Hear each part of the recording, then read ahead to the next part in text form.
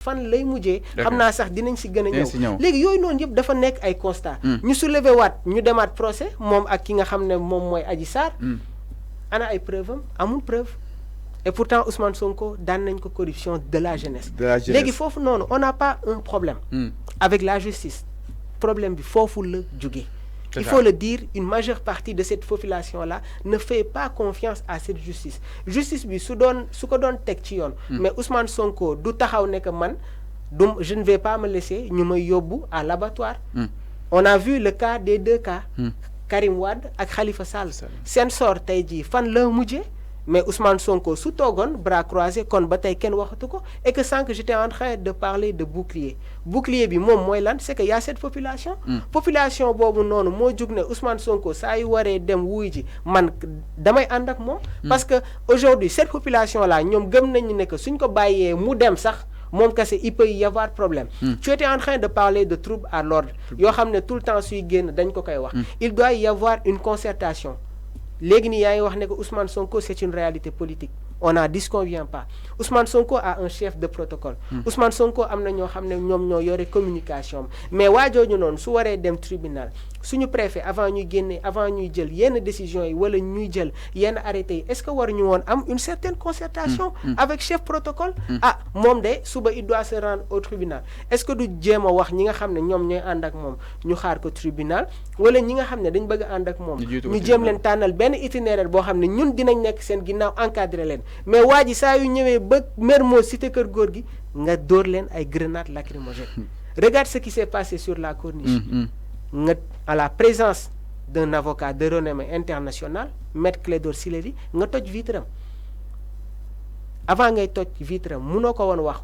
Ousmane Sonko yaa ngi jóge tribunal yaa ngi dem cité kër góor gi d'accord say partisans ñi ngi ànd ak yow génnal nga wax leen pour ñu jéem a dégager voie bi parce que am na ñoo xam ne ñu ngi suñu ginnaaw man dama jàpp ne que lépp loo gis waxtaan la médiation mais munoo ñëw ne man damay jaay doole on a vu à un moment donné une concertation entre Ousmane Sonko ak ki nga ak koo xam ne il faisait partie des FDS mu ne Ousmane ba sax Sonko ne man on m'a informé ne que y a la présence de nervis et de milices donc c'est des choses yoo xam ne c'est une réalité c'est des faits qui sont là malheureusement dañ nekk ci jamono joo xam ne les gens quand ils t'entendent parler ils te disent non il est Sonko on n'est pas Sonko nous on est juste pour le peuple et que pour les faits c'est ça. Alors à la dernière minute justement Mamour WhatsApp a été débloqué donc WhatsApp nag léegi normalaat na mi ngi ñëw li nga xam ne que moo di si normalité donc WhatsApp bi nga xam ne itam bloqué woon na d'une trentaine de minutes donc yëf yi nag c'est rétabli WhatsApp dikkaat na exactement alors yéen it ba léegi seen émission li nga xam ne moo di 65 dikk exactement si nga xam ne mooy toll mi waaye wàllum actualité si mu gën a yaatoo nag alors dañuy daal di wéyal ba tey Birame wax si aussi si Birame Souleye Diop ak ki nga xam ne moo di El Malick Ndiaye justement alors ñu daal di nekk deux figures emblématiques fa nga xam ne it mooy zaanu ko Pastef seen arrestation nag mu daal di li nga xam ne moo di peut-être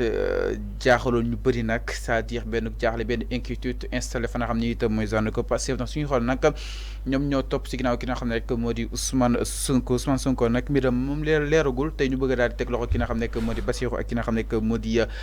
Birame Souleye Diop waaye jàpp leen itam chers téléspectateurs moom Bassirou Diomaye Faye ba tey mi ngi si kaso bi waaye ki nga xam ne moo di El Malick Ndiaye nag ak Birame Souleye ñoom itam amaat neen seenu ko liberté génn naa leen daal di joxewaat seen ay soxla exactement alors moom Birame Souleye doon nañ ko toppee moom téléspectateur lu jëm si outrage à magistrat moom ki nga xam ne moo di El Malick doon nañ ko toppee aussi lu jëm si audio yi nga xam ni itam njortes que ni moom la woon alors donc man ni kon le travail de Pape Alé Niang a apporté li nga xam ne moo di ses fruits exactement jëm si arrestation bi nga xam ne itam defoon nañ ko alors démb waxoon na ko que ni li nga xam ne moo di parquet bi de ses gars pour autosaisir si mbiru gi nga xam ne moo di El Malick Ndiaye il faudrait que ñu daal di doon xool li nga xam ne moo di l'authenticité de ces audios là xool ma xam audio yi lu authentique la waaye itam lu am la ma ni kon li nga xam ne moo di Pape Alé Niang en sa qualité journaliste d'investigateur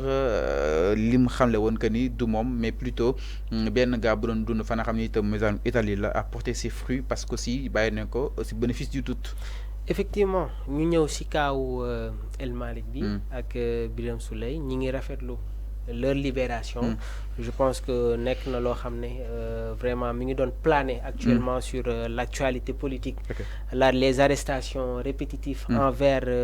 ñi nga xam ne ñi ngi bokk ci opposition bi. Mais li ñu gën a remarquer ça va ci ñi nga xam ne ñoom ñooy waa Pastef.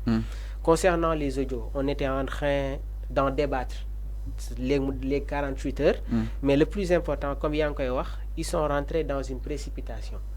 Aujourd'hui, l'État, le système, a des moyens yoo xam ne yor nañ ko pour détecter tout ce qui est audio. Soit si c'est authentique ou si c'est pas authentique. Mun nañ xam ndax lii voix wu diw la wala voix keneen la. Parce que y a l'État, y a la justice, ils ont tous les moyens.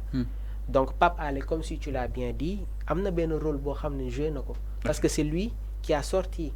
un démenti wax ki nga xam ne moom moo wax ci audio yooyu noonu ba tey jii je pense que ki nga xam ne moom mooy El Malick moom bàyyi nañ ko mu delluwaat këram. Donc dañuy saluer liggéey bi nga xam ne mi ngi ko doon def allant dans ce sens là. Léegi nag leneen dafa am concernant le cas de Birame Souleye. Génn na wax na il s'est excusé. Man dama jàpp ni que nit au moment où tu t'excuses rek tu es en retrait delloo si waat toogaat nga sa bopp. Aujourd'hui nos dirigeants dañu war a am li nga xam ne moom mooy état d'âme. Man je me dis que kuy jiite dafa war a am yërmande. Kuy jiite dafa war di jéggale di jëllale. Parce que aujourd'hui am na ay kilifa yoo xam ne jaar nañ ci biir réew mi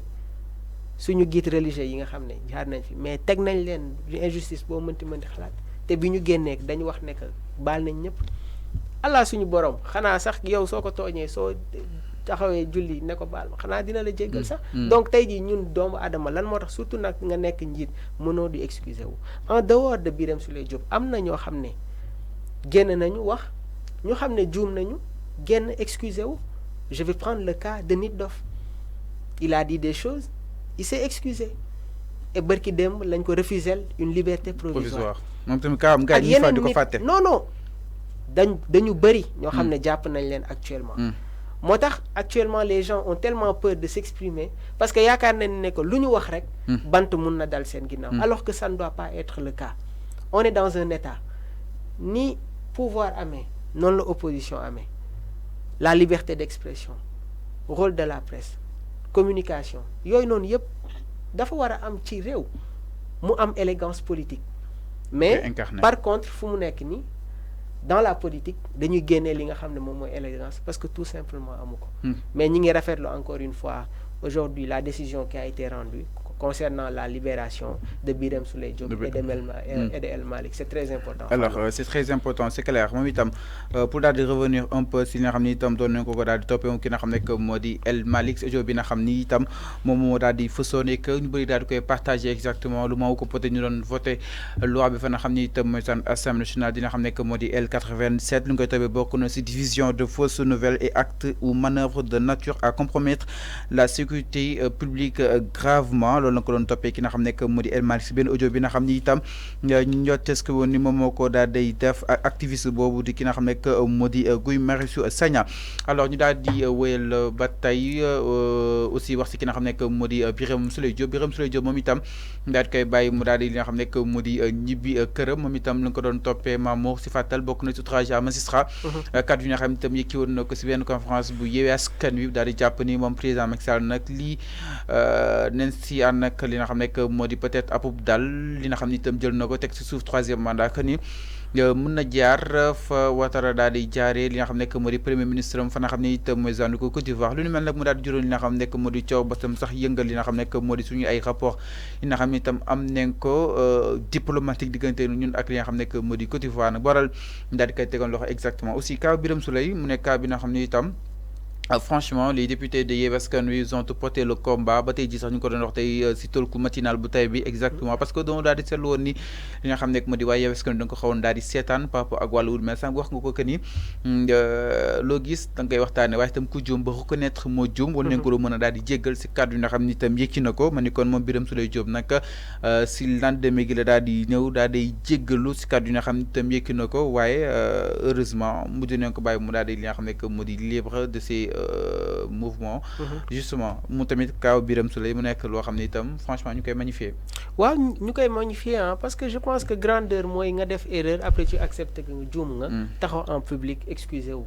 Je pense que loolu moom grandeur mënul sax weesu foofu. Donc aujourd'hui c'est nos autorités aussi qui doivent prendre à leur tour aussi cette grandeur là envers cette population. Les jeunes qui sortent, il y a des jeunes qui ont été arrêtés dans les manifestations, ils ne faisaient pas partie de cette manifestation là. Amna ay nit yo xamné dañu romb ci koñ ñu japp len tay ji ñing ci kasso bi. Il y a des gens yo xamné ils ont été arrêtés ci langum politique. ñooñu la ñuy wax aujourd'hui les détenus politiques. Amna ñoo xamné ñing ci kasso bi war nañ leen bay ñi ñibbi seen kër. Et c'est très important. ñom ñaar rek mo ci fess mais 700. Mais plus de 700 personnes. Il y a d'autres. Des fois sax on oublie le cas de Cheikh Bara bi nga xam ne mi ngi pavillon spécial parce que état de santé demeewul woon noonu Pape Alé on a vu ce qu'il a subi quand il était à Sébikotane ak bi ñu ko jàppee woon fii dafa obligé déclencher li nga xam ne moom mooy grève de la faim pour jéem a teg benn pression et aujourd'hui son combat est en train de continuer ki nga xam ne moom mooy El Malick dañ ko takkal bracelet électronique. Man les bracelets électroniques là je les vois dans des pays yoo xam ne ay chefs de cartel moom la ñuy takkal ay bracelets de très grands criminels mais nit boo xam ne yow da nga ko jàpp téewoo ko sax lu mat une semaine nga takkal ko bracelet électronique mais il y a des choses qui font énormément mal et que le constat qu'on fait mooy ci benn côté rek moom lañ koy gis mooy Pastef et c'est dommage il y a des femmes yoo xam ne fële sa Ziguinchor bi ñu fi ñëwee woon jàpp nañ leen am na ñoo xam ne takkal nañ leen bracelet électronique donc nañu xoolaat exactement waaw la bonne gouvernance concernant yenn actes yoo xam ne ñu ngi koy teg ci biir askan bi mais doy na waar trop Fallou. Alors mi ngi doon donc c'est clair pour ñu saa si mën a bàyyi xel man ni kon ki nga xam ne que moo di kaaw Birame Souleye nag donc résoudre nañ ko tey jii nag man ni kon li nga xam ne que moo di député yu Yewwi Askan Wi ñoo daal di jug na tax ku dëgër daal di jug daal di ñu bàyyi ki nga xam ne que moo di Birame Souleye Diop il a été donc libéré cet après-midi mu nekk information bi nga xam ni it moom c'est Cheikh Thioro Mbacké daal dina koy li nga xam ne que moo di jàllale encore une fois donc mu ne wax ni li nga xam ne que moo di Pastef na mën a nooy waat c'est-à-dire donc Pastef na war a mën a respirer waat parce que aussi de boobu ba tey ñi ngi daal di nemmeeku arrestation ñenn seen ay leader ñoom wàllu Diouf Bodian bu léegi ñi ngi si kaso bi nga itam ñoom Faridoulou Keita bëri nañu ñi nga xam ne itam ñi ngi woon si li nga xam ne que moo di Pastef Amidia aussi mi ngi si doon yool li nga xam ne que Abdou Karim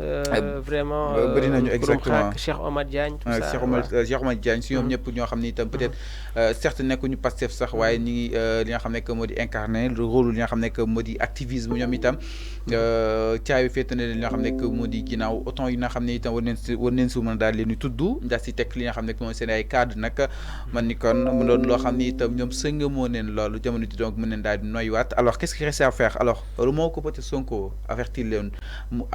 woon si li nga xam ne que moo di yenn si ay bonk ni xam nañ li ngeen di bind waaye itam xam nañ li ngeen di wax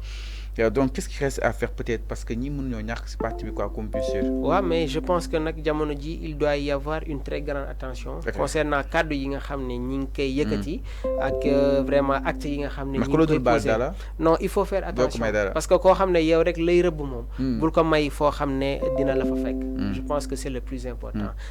Normalement, nous assistons à des débats d'idées, qu'ils vont sur les plateaux, qu'ils font des campagnes de sensibilisation. Parce que Pastef, aujourd'hui, je pense qu'ils ont un programme bien déterminé. Et que amna actes yo xamné posé nañ ko fi. Aujourd'hui, quand il y a des manifestations, ces partisans dem ci manifestation bobu, mu paré ñu raxas lié yi. ñi nga xam ne sax am na ñoo xam ne seen téléphone wadd nañ fa dañu woo leur propriétaire yóbbul leen ko ba fu ñu nekk loolu c'est des actes forts on n'en parle pas mais c'est quelque chose de très important léegi nag y a des arrestations de leur côté je vais pas dire que singali nañ leen mais daal war nañu xoolaat encore une fois leur communication ak yenn actes yoo xam ne ñu ngi koy poser pour ne pas encore une fois qu'on assiste à ce genre de situation là c'est très important Fallou. Alors c'est